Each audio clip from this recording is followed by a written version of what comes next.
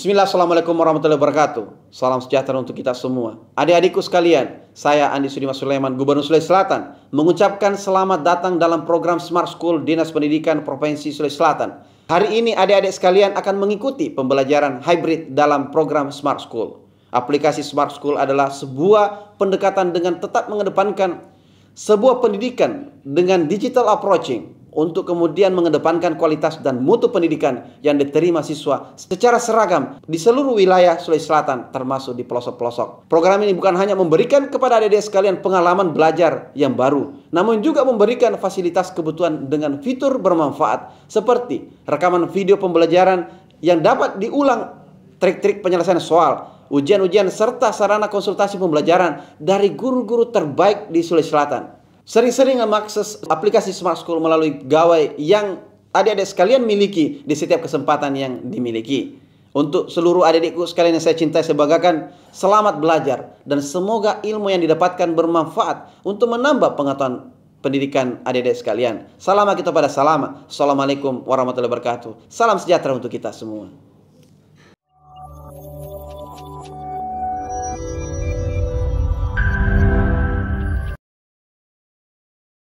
Assalamualaikum warahmatullahi wabarakatuh. Selamat pagi. Bagaimana kabarnya semua? Bertemu kembali bersama Ibu Karmila dalam mata pelajaran Pendidikan Pancasila dan Kewarganegaraan. Generasi Smart berkarakter cerdaski.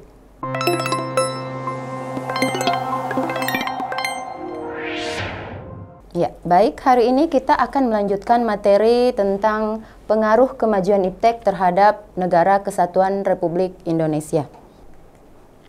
Nah, untuk materinya sendiri ini berada pada kompetensi dasar 3.3, yaitu mengidentifikasi pengaruh kemajuan ilmu pengetahuan dan teknologi terhadap negara dalam bingkai Bhinneka Tunggal Ika. Untuk tujuan pembelajaran kita sendiri pada hari ini yaitu mampu memahami hakikat iptek, perkembangan iptek di dunia dan di Indonesia, serta mengidentifikasi pengaruh positif dan negatif perkembangan ilmu pengetahuan dalam bingkai atau dalam bingkai Bhinneka Tunggal Ika. Nah, untuk materi pertama kita akan membahas tentang apa itu ilmu pengetahuan dan teknologi. Jadi Ibu yakin semuanya pasti sudah paham tentang apa itu ilmu pengetahuan dan apa itu teknologi. Ya, jadi ilmu pengetahuan adalah usaha-usaha sadar untuk menyelidiki, menemukan, dan meningkatkan pemahaman manusia dari berbagai segi kenyataan dalam alam manusia.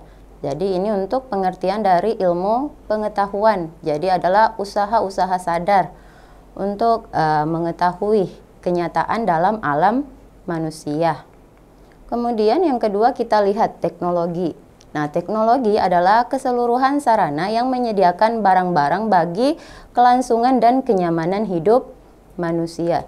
Jadi ilmu pengetahuan dan teknologi ini sebenarnya tidak bisa dipisahkan dalam kehidupan sehari-hari, apalagi dalam kehidupan berbangsa dan bernegara.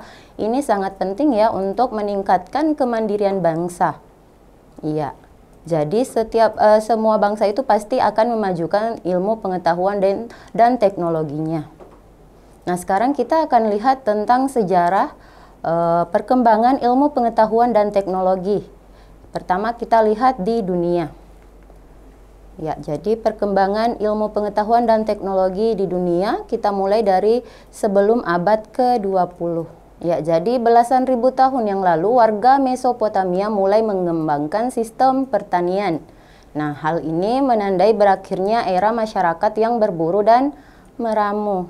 Ya, jadi yang masih ingat materi tentang sejarahnya ya, pada zaman dahulu itu nenek moyang kita itu memenuhi kebutuhan hidupnya itu dengan berburu dan meramu. Tapi karena adanya perkembangan ilmu pengetahuan dan teknologi, akhirnya mereka sudah bisa bercocok tanam dan menyimpan banyak bahan makanan dalam waktu yang lama. Kemudian dilanjutkan dengan ditemukannya mesin cetak oleh Johannes Gutenberg pada tahun 1440. Nah, berkat penemuan ini berkembangnya revolusi ilmu pengetahuan karena sudah bisa mencetak buku dan itu sudah bisa disebarkan ke seluruh dunia. Ya, jadi ini adalah perkembangan ilmu pengetahuan dan teknologi sebelum abad ke-20. Sekarang kita lanjut setelah abad ke-20 dan setelahnya.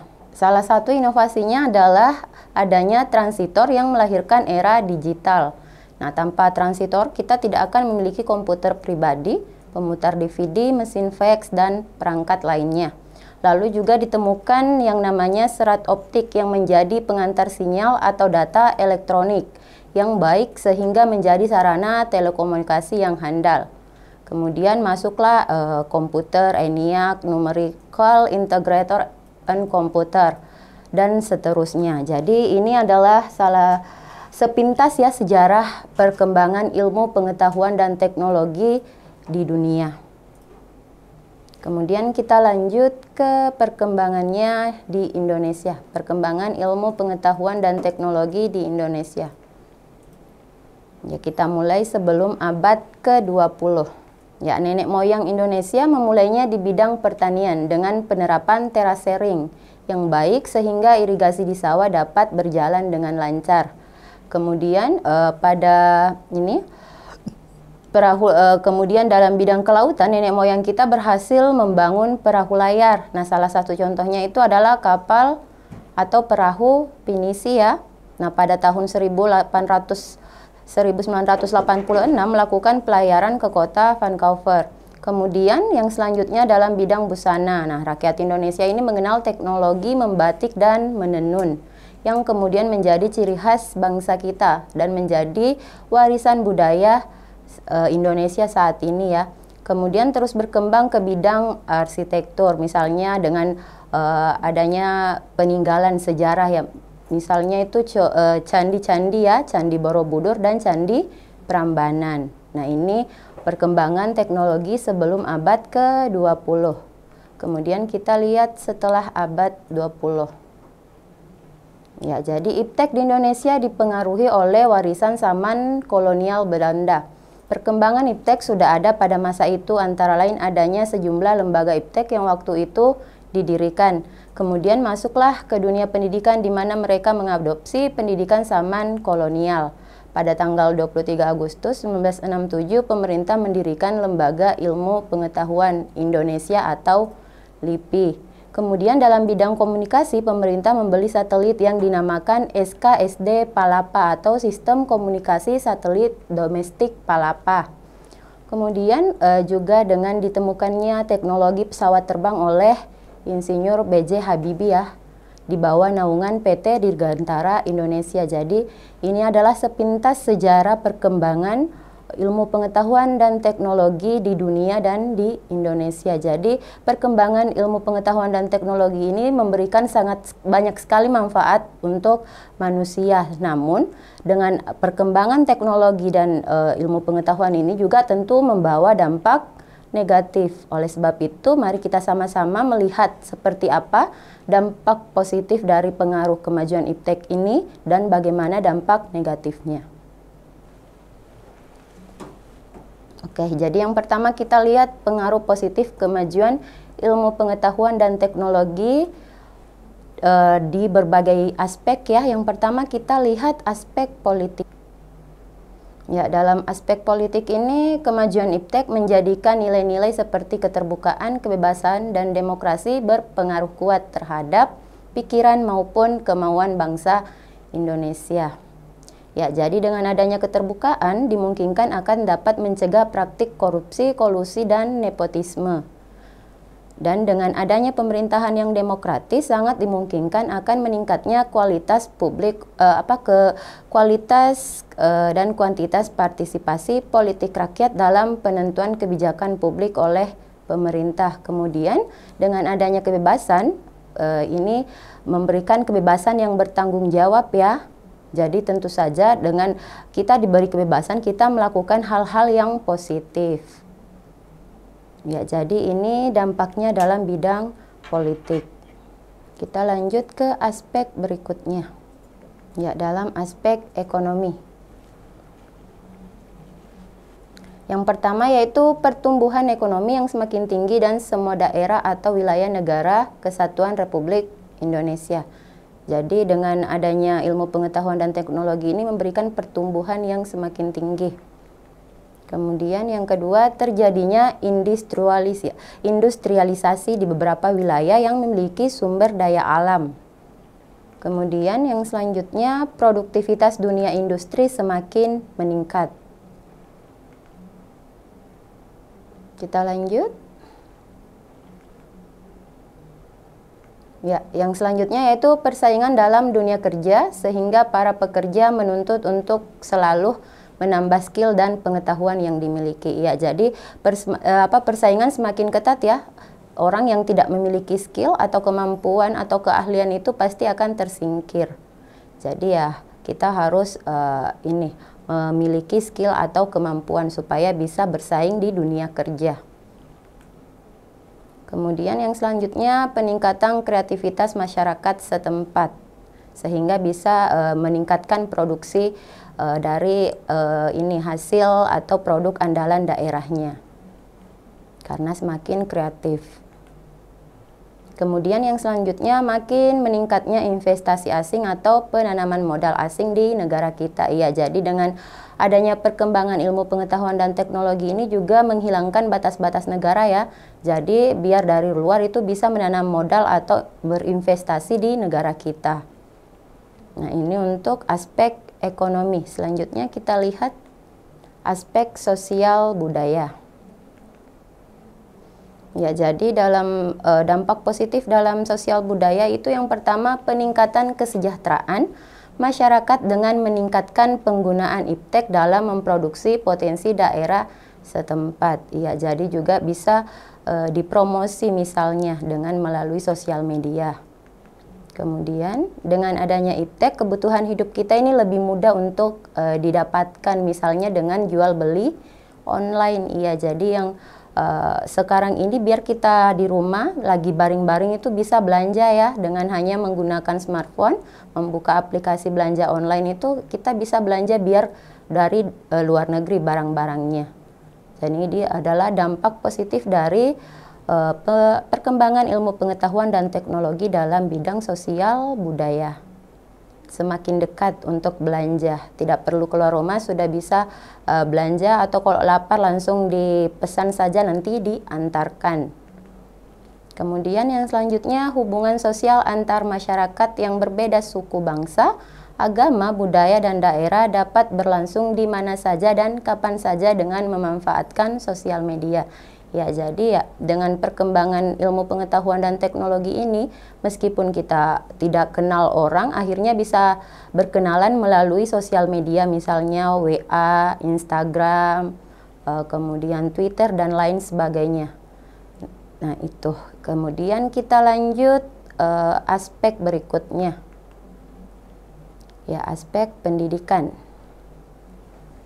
Nah, dampak positifnya dalam bidang pendidikan yang pertama yaitu pembelajaran jarak jauh. Jadi sekarang tidak perlu mesti guru dan peserta didik ini dalam suatu ruangan ya, dalam satu ruangan. Jadi bisa misalnya gurunya ada di mana dan siswanya ada di kelas. Nah, ini sudah kita lakukan semenjak pandemi ya, COVID. Jadi dengan adanya perkembangan ilmu pengetahuan dan teknologi ini kita bisa meskipun dilarang keluar rumah tapi pembelajaran tetap berlangsung. Ya, jadi tidak ada lagi jarak ya. Meskipun misalnya jarak memisahkan tapi tetap bisa melakukan pembelajaran. Kemudian yang selanjutnya, munculnya media massa khususnya media elektronik sebagai sumber ilmu pusat pendidikan. Iya, ini sudah banyak sekali media online juga. Kemudian munculnya metode-metode pembelajaran yang baru yang memudahkan siswa dan guru dalam proses pembelajaran. Yang selanjutnya, kita akan lebih cepat mendapatkan informasi-informasi yang akurat dan terbaru di seluruh dunia. Ya, jadi kalau misal ada yang terjadi, berita dan sebagainya itu sangat cepat untuk diakses. Kemudian yang selanjutnya, menawarkan media audiovisual yang interaktif pada proses pembelajaran. Nah, ini adalah dampaknya dalam bidang pendidikan, dampak positifnya. Kemudian kita lanjut.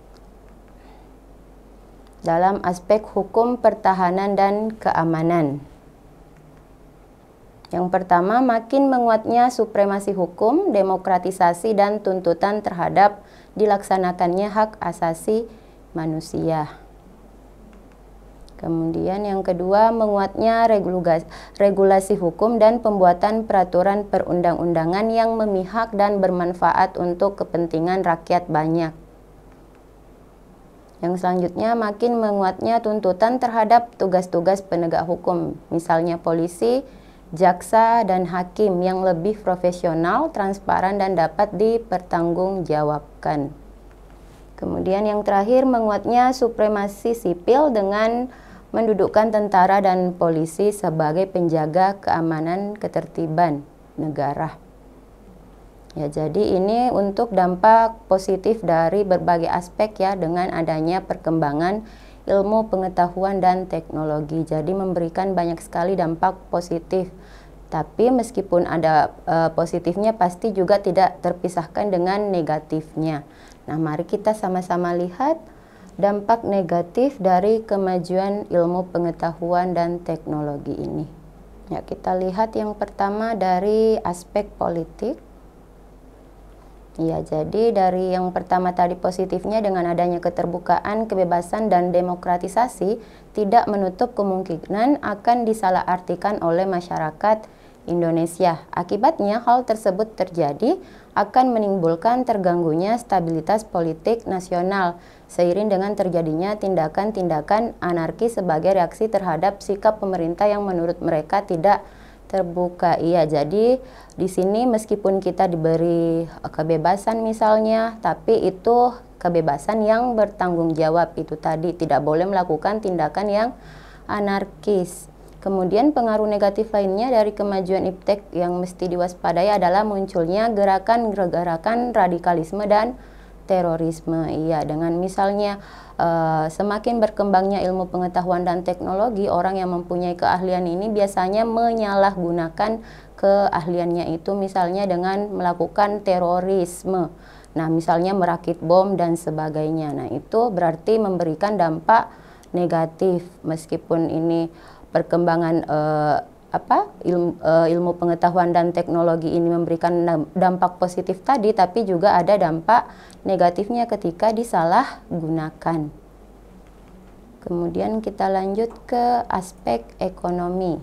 Ya, terjadinya pengangguran bagi tenaga kerja yang tidak mempunyai kualifikasi yang sesuai dengan yang dibutuhkan. Jadi ya, dalam dunia kerja pasti akan terjadi persaingan yang sangat ketat. Jadi ya harus itu tadi bahwa kita harus mengembangkan atau memiliki keahlian supaya bisa bersaing dengan tenaga kerja yang lain, supaya tidak terjadi pengangguran. Kemudian yang selanjutnya meningkatnya sifat konsumtif. Nah, ini juga dengan misalnya tadi kita bisa belanja atau jual beli online, ini akhirnya meningkatkan sifat konsumtif dari warga negara. Ya, karena gampang belanja, tinggal dipesan saja misalnya di smartphone, akhirnya lupa daratan ketika belanja. Nah, ini merupakan dampak negatif ya. Kemudian yang selanjutnya akan timbulnya kesenjangan sosial yang tajam sebagai akibat dari adanya persaingan bebas. Kemudian yang selanjutnya, Indonesia akan dibanjiri oleh barang-barang dari luar seiring dengan adanya perdagangan bebas yang tidak mengenal adanya batas-batas negara. Iya, jadi di Indonesia ini memang barang-barang yang kita pakai rata-rata dari luar negeri ya. Mungkin anak-anakku yang mengendarai motor ke sekolah semuanya produk dari luar negeri ya. Yang punya mobil dan sebagainya dari yang paling kecil saja misalnya sendal jepit dan sebagainya itu rata-rata dari luar negeri atau mainan. Nah, semuanya itu dibanjiri oleh produk Cina misalnya. Ya, jadi dengan tidak dikenalnya batas negara itu tadi, maka kita sebagai bangsa Indonesia ini harus kreatif ya supaya bisa bersaing dengan produk-produk dari luar negeri. Ya, ada ininya ya, motonya cintai produk Indonesia.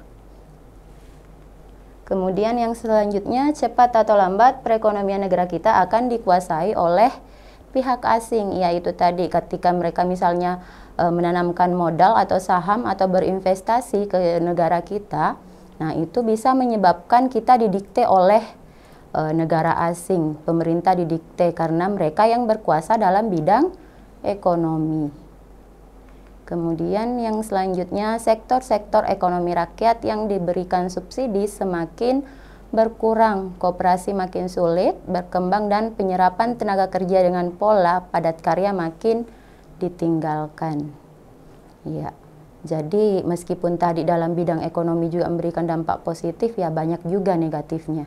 Di aspek sosial budaya. Nah, dampak yang pertama yaitu adanya perubahan tata nilai kehidupan dalam masyarakat. Misalnya dari cara orang bekerja, gaya hidup, dan tata nilai masyarakat. Ya, dengan tadi kita bisa mengakses semua informasi dari internet, dengan misalnya melihat budaya orang itu bisa juga merubah tata nilai kehidupan bangsa kita sendiri. Dari gaya hidup misalnya yang gaya berpakaian dan sebagainya itu bisa dicontoh. Jadi itu memberikan dampak negatif ya.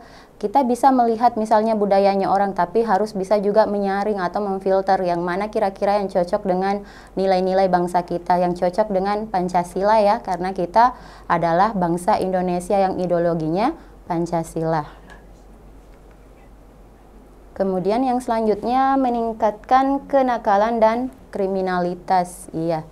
Jadi sebagai orang timur kan pasti beda dengan budaya barat. Jadi itu ketika misalnya anak-anakku yang belum bisa menyaring atau memfilter budaya yang bisa kita ambil, nah itu bisa meningkatkan kenakalan atau kriminalitas. Kemudian yang selanjutnya adanya kesenjangan sosial, yaitu tadi. Kemudian yang keempat, memudarkan nilai-nilai asli bangsa. Ya, jadi misalnya dengan gotong royong, nilai-nilai asli bangsa kita itu gotong royong. Nah, itu mulai dilupakan ya untuk saat ini. Sudah jarang sekali orang melakukan gotong royong. Misalnya kalau zaman dulu mau bangun rumah tinggal misalnya dipanggil semua warga untuk membantu membangun rumah misalnya. Tapi kalau sekarang ya tidak ada lagi yang seperti itu. Sudah pudar nilai gotong royongnya atau kerjasamanya. Kemudian masyarakat cenderung bersifat individualis. Iya, jadi mereka ya sudah ini ya cuek, tidak lagi memperhatikan misalnya tetangganya, mungkin tidak kenal. Ada yang seperti itu mungkin yang tinggal di kota-kota besar ya. Tidak tahu siapa tetangga dan sebagainya. Karena ya itu tadi dari gaya hidup. Oke, kita lanjut ke aspek berikutnya. Nah, yang pertama yaitu penyalahgunaan teknologi, yang lainnya adalah pengetahuan yang melakukan tindak kriminal atau tidak dibenarkan, yaitu tadi dalam bidang pendidikan ketika misalnya sudah memiliki keahlian tapi keahliannya itu dipakai untuk melakukan tindak kriminal atau tindakan yang tidak dibenarkan. Oke, kita lanjut. Kemudian menurunnya motivasi dan prestasi belajar karena waktu belajarnya semakin berkurang dan waktunya itu lebih banyak dipakai untuk main game. Kayaknya ini banyak ya yang menjadi pelakunya. Lebih banyak waktunya untuk main game daripada untuk belajar. Akhirnya prestasi belajarnya menurun, tidak dapat ranking lagi misalnya di sekolah, atau misalnya ketika ulangan remedial, gara-gara tidak belajar, gara-gara main game terus. Nah, ini yang harus diperhatikan oleh pelajar. Harus bisa bagi waktu antara belajar dan bermain. Kemudian yang selanjutnya kemerosotan moral di masyarakat khususnya di kalangan remaja dan pelajar. Iya, ini sering sekali kita temui ya berita misalnya tawuran antar pelajar. Nah, itu banyak sekali sekarang yang terjadi.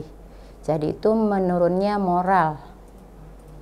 Oke, kita lanjut ke aspek yang terakhir, hukum, pertahanan, dan keamanan, dampak negatifnya. Ya, dampak negatif yang timbul dari kemajuan iptek dalam aspek ini antara lain akan menimbulkan tindakan anarkis dari masyarakat yang dapat mengganggu stabilitas nasional, ketahanan nasional, bahkan persatuan dan kesatuan bangsa ya. Jadi ini harus tetap disaring baik-baik supaya tidak terjadi tindakan-tindakan yang tidak diinginkan yang bisa mencerai-berai bangsa. Nah, inilah tadi materi tentang pengaruh positif dan negatif kemajuan ilmu pengetahuan dan teknologi. Mudah-mudahan dari materi yang sudah Ibu paparkan bisa dimengerti. Kemudian kita lanjut ke contoh soal ya, latihan soalnya. Ya, jadi latihan soal yang pertama, usaha-usaha sadar untuk menyelidiki, menemukan dan meningkatkan pemahaman manusia dari berbagai segi kenyataan dalam alam manusia disebut. Yang pertama, iptek. B, belajar. C, teknologi. D, ilmu pengetahuan. E, penelitian sederhana. Jadi jawabannya adalah, jadi jawabannya adalah D ya. Iya.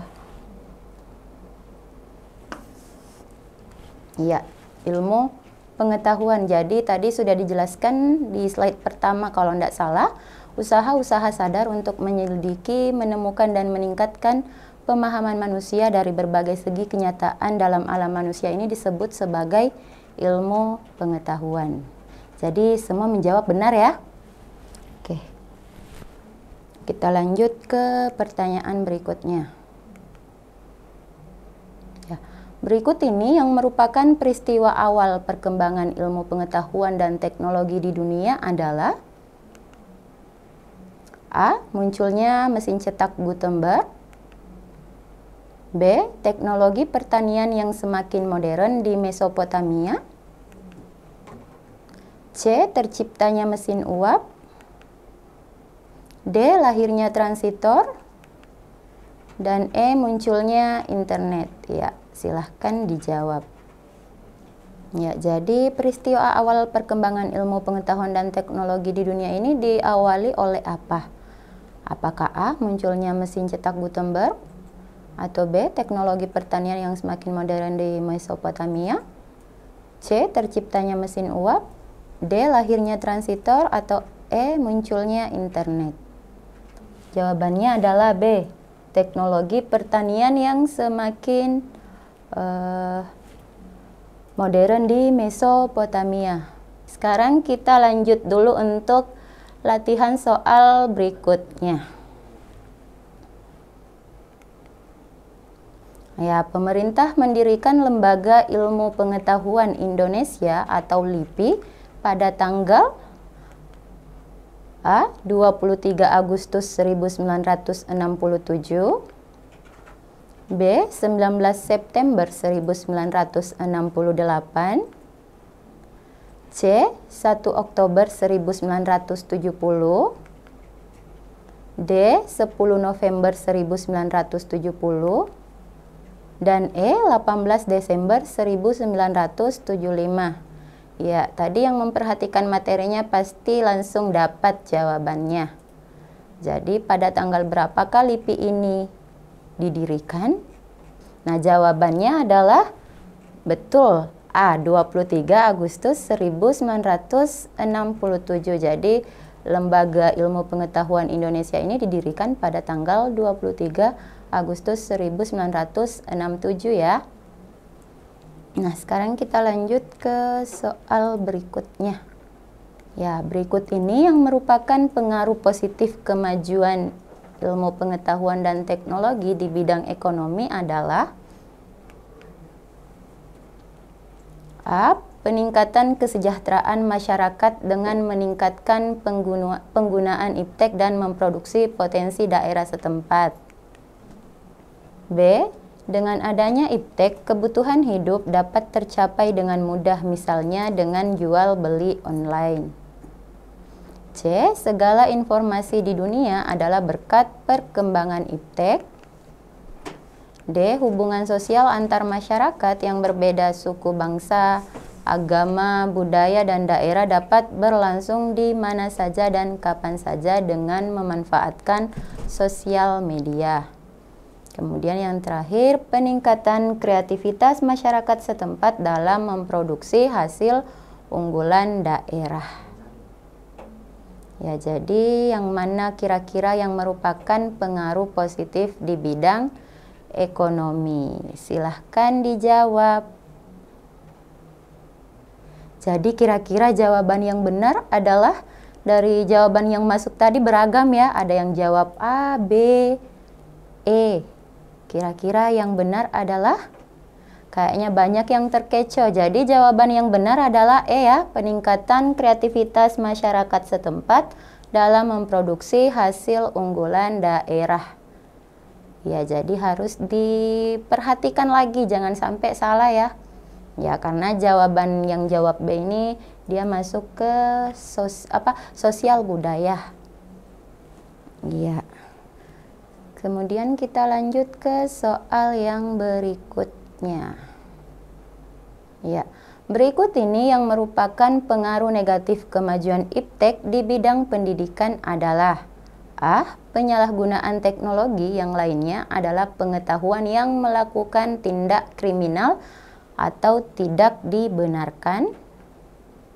B. Adanya perubahan tata nilai kehidupan dalam masyarakat, antara lain cara orang bekerja, gaya hidup, dan tata nilai masyarakat. B. Terjadinya pengangguran bagi tenaga kerja yang tidak mempunyai kualifikasi yang sesuai atau yang dibutuhkan. Kemudian yang selanjutnya meningkatnya sifat konsumtif.